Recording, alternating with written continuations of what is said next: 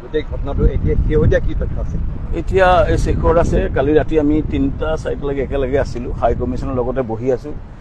জুবিনৰ ভায়েকজন আহিছে সন্দীপন গাৰ্গ আৰু সিদ্ধাৰ্থ আমাৰ তেখেতৰ মেনেজাৰ, তেখেতসকলৰ বডিটো এতিয়া চমজাব আৰু এতিয়া হেৰি হ'ল কি বুলি কয় অটপচি কিবা হৈছে, প্ৰচিডিউৰটো কমপ্লিট হৈছে। হাই কমিশ্যনৰ ফালৰ পৰা আমি লাগি আছোঁ যাতে বেছি ফৰ্মেলিটি কম কমাই পেলাই লৈ যাব পৰা যায় আৰু এতিয়া নিবলৈ ব্যৱস্থা কৰিছে বুলি হাই কমিশ্যনে জনাইছে। 6:30 বজাত আজি সন্ধিয়া এয়াৰ ইণ্ডিয়া হৈ পেলাই দিল্লী যাব। ডাইৰেক্ট নিয়াৰ এটা চেষ্টা কৰিছিলে চৰকাৰে, অসম চৰকাৰৰ হিমন্ত বিশ্ব শৰ্মাৰ কথা পাতি আছে হাই কমিশ্যনৰ লগত। চ' চাৰ্টাৰ্ড ফ্লাইট হয়তো ডাইৰেক্ট নোৱাৰিলে। চ' এতিয়া আমি টিকেট ইহঁতি আনি চবে কাটি দিব। এয়াৰ ইণ্ডিয়া ফ্লাইটত 6:30 বজাত এই দিল্লীলৈ যাব, দিল্লীৰ পৰা হেৰি কৰা। আমি এতিয়া মৰ্গতে আছোঁ আৰু আমি ভায়েকজন আছে আৰু সিদ্ধাৰ্থ তেখেতৰ মেনেজাৰ, তেওঁলোকে আছিলে গোটেই হেৰিটো। চ' ঘটনাটো যদি কোৱা হয় মানে জুবিন গাৰ্গে আমি যিটো নৰ্থ ইষ্ট ইণ্ডিয়া ফেষ্টিভেল কৰোঁ ছিংগাপুৰত, আমি উত্তৰ পূৰ্বৰ গোটেই উদ্যোগীসকল লৈ আহোঁ। ইয়াৰ বায়াৰ চেলাৰ্ছ মিট হয় আৰু খুব ডাঙৰ স্কেলত হয়। চ' জুবিন গাৰ্গে খুব ভাল পায় বস্তুটো, যে এইটো বস্তু জৰিয়তে। আৰু ইয়াত আমি যেতিয়া বেংকক কৰিছিলোঁ তেতিয়াই ফ্লাইটটো আৰম্ভ হৈছিলে আৰু তেতিয়াৰ কাৰণে গৈছোঁ। চ' আমাক মাতি আছে মৰ্গত যাব লাগিব। তাৰ কাৰণে মই কৈ গৈছোঁ আমাৰ পৰিৱেশটো অলপ হেৰি। মই কথাখিনি কৈছোঁ, মই এটা শেষ কৰি যাওঁ। চ' তেখেতে খুব আহিব বিচাৰিছিলে। আহোঁতে চিধা আহি জুবিনে ভায়েকক লৈ আহিলে, যে তেওঁ মোক কয় যে মই যাব বিচাৰিছোঁ ছিংগাপুৰ আৰু তেওঁ ভায়েকক লৈ যাব খুজিছে। তাৰপৰা ইয়াকো ক'লে এই শিখৰ বেণ্ডটো লৈ অহা নাই, তেওঁলোকে আহিব বিচাৰিছে। আহা পেলাই মোক ক'লে মই ৰিলেক্স কৰিম। মই সেইকাৰণে থকা চকা ব্যৱস্থা, কিন্তু মোৰ লগত প্ৰায় 400মান মানুহ আহিছে। চব উদ্যোগী, অৰুণাচলৰ, নাগালেণ্ডৰ, মেঘালয় বহুত মানুহ আহিছে। আমি সকলোতে মই তাতে ব্যস্ত আছিলোঁ। আৰু অনুষ্ঠানটো কালিৰ পৰা জুবিনে গান গোৱা নাছিলে, এইটো কোনোবা ভূঞা তেখেতে কৈ আছে যে ৰাতি গান মিছা, সেইটো ভুল কিছুমান তথ্য হৈ আছে। তো জুবিন গাৰ্গে কালি আমাৰ অনুষ্ঠান চলি আছিল এখন বিজনেছ মিট। সেই মিটখনত আমাৰ উত্তৰ পূৰ্বৰ নেতৃত্ব লোৱা মিটিং, আমাৰ গোটেই টিমটো তাত আছিল। আমি তাত কোনো পধ্যে নাছিলোঁ, আমি গমেই পোৱা নাছিলোঁ এই প্ৰগ্ৰেমটো। এই প্ৰগ্ৰেমটো ইহঁতি কোৱা মতে জুবিন গাৰ্গে নিজে ঠিক কৰিছিলে হেৰিয়াৰ পৰা, এইটো কি কয় গুৱাহাটীৰ পৰা অসম সমাজৰ লগত লগ লাগি তেখেতসকলে কালি এটা প্ৰগ্ৰেম কৰিছিলে। আৰু সেই প্ৰগ্ৰেমটো আমি গম পোৱা নাই, কাৰণ মই আছিলোঁ বেলেগ ঠাইত, আমাৰ অনুষ্ঠান চলি আছিলে। আৰু প্ৰগ্ৰেমটোত 12জনমান অসম এছ'চিয়েশ্যনৰ শিখৰ, সিদ্ধাৰ্থ, ভায়েক সন্দীপন তেওঁলোক গৈছিলে। আৰু গৈ থাকোঁতে মই যিটো গম পালোঁ, ইয়াৰ মুখৰ পৰাই বেছিকেলি তাত তেওঁলোকে সাঁতুৰিবলৈ গৈছিলে। সাঁতোৰ দত নহয়, এইটো এটা চিম্পুল সাঁতোৰত আছিলে বুলি।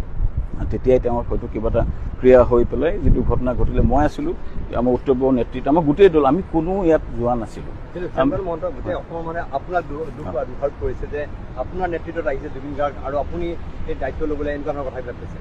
মই এটাই ক'ব খুজিছোঁ, শেখৰে কথাটো ভালকৈ ক'ব। জুবিন গাৰ্গ নিজে আহিছে, সি ছিংগাপুৰত নিজে আহিব বিচাৰিছে। ইহঁতক কৈছে আমি আহাৰ, মই কাৰো হেৰি ক'বলৈ যোৱা নাই, যোনটো সঁচা কথা এইটো কৈছোঁ। এইটো টাইমো নহয়, এইটো আমাৰ জন্মাষ্টমী আগদিনা, চামখানত জন্মাষ্টমী আগদিনা নে 2 দিন আগত গৈছিল। কৈছে কি মই যাম, মোক এনেকৈ মোক কৈ থকা শুনিছোঁ, আমি যাম, শেষৰ তই ওলাবি, সন্দীপন কেতিয়াও বাহিৰত যোৱা নাই ইণ্টাৰনেশ্যনেল টুৰ, তাকো লৈ যাম, এবাৰ দেখাই আনিম। আৰু অনুষ্ঠানটো মোৰে অনুষ্ঠান। আৰু পৰহি দিনা যোনটো ষ্ট্ৰীট গান দাদাৰ দেখা পাইছে, টিয়াৰ্ছ অফ হেভেন গাইছে, তাতে যোনজন আৰ্টিষ্ট আছিল তেওঁকো ইনভাইট কৰিছে আজি যোনটো হ'ব লগা অনুষ্ঠান, যে আপুনি আহিব মোৰ অনুষ্ঠানলৈ, আমাৰ নৰ্থ ইষ্ট ফেষ্টিভেল, মই তাৰ ব্ৰেণ্ড এম্বেচেডৰ, আমি এৰেঞ্জ কৰিছোঁ, আপুনি আহিব, এনেকৈ কৈছে। এই বস্তুটো তাতকৈ আৰু কি ক'ম, আৰু একো গমেই নাপালোঁ। যোনটো বস্তু নৰ্মেলি গৈছোঁ, আমি ইয়াতে আহিছোঁ ফুৰিব, কেতিয়াও নাহা জেগা, যেনেকৈ কয় চবেই তাতেই যাম। পানীত সাঁতুৰিব নহয়, পানীত যাতে এক্টিভিটিজ আছিল সেইখিনিয়ে। দাদাও ধুনীয়াকৈ সাঁতুৰি আহিছে, কি হৈ গ'ল একোৱে গম নাপালোঁ। কিন্তু তেওঁ আগতে তেওঁক সাঁতুৰিবলৈ বা পানীৰ ভিতৰত খেলিবলৈ মানা কৰা আছিল বুলি কৈছে মানে। সেইটোতো গম নাপাম, মানা কৰিছিল নে নাই। মই একচুৱেলি নাছিলোঁ তাতে। মই আপোনাক জনাইছোঁ, মোৰ লগত 400জন মানুহ আহিছিলে। চ' আমাৰ বিভিন্ন বাণিজ্য সম্পৰ্কীয় মিটিং চলি আছিল, উত্তৰ পূৰ্বৰ ডাঙৰ নেতাসকল আছিলে, আমি তাত আছিলোঁ। আমাৰ দলটো কোনো নাই যোৱা, আমি একচুৱেলি গমেই পোৱা নাছিলোঁ এই অনুষ্ঠানটো অসম এছ'চিয়েশ্যনে পাতিছিলে। আমাৰ ছিংগাপুৰস্থ অসম তেওঁলোকে লৈ গৈছিল, তেওঁলোকে বেয়া ভাবি লৈ যোৱা নাই, তেওঁলোকে জুবিন গাৰ্গে নিজে কথা পাতি তেওঁলোকৰ লগত গৈছিলে।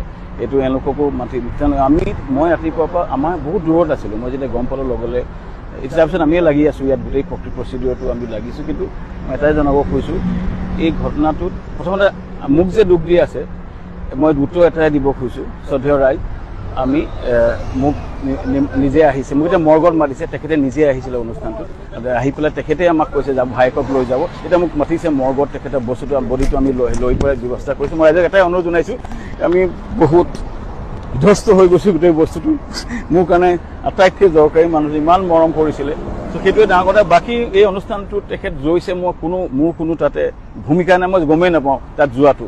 অসম এছ'চিয়েশ্যনৰ লগত গৈছে আৰু ঘটনাটো ঘটিছে, তাৰ কাৰণে মই ৰাইজক হেৰি কৰিছোঁ যে আমাৰ যদি কিবা ভুল হয়, কিন্তু মই ভাবোঁ যে আমি যদি কিবা আমাৰ ফালৰ পৰা মই এটা ক্ষমা খুজিছোঁ যে তেখেত উপায় যদিও নিজে আহিছে, কিন্তু আমাৰ তাতে আহিছিলে, তাৰ কাৰণে মই এটা ক্ষমা খুজিছোঁ ৰাইজক।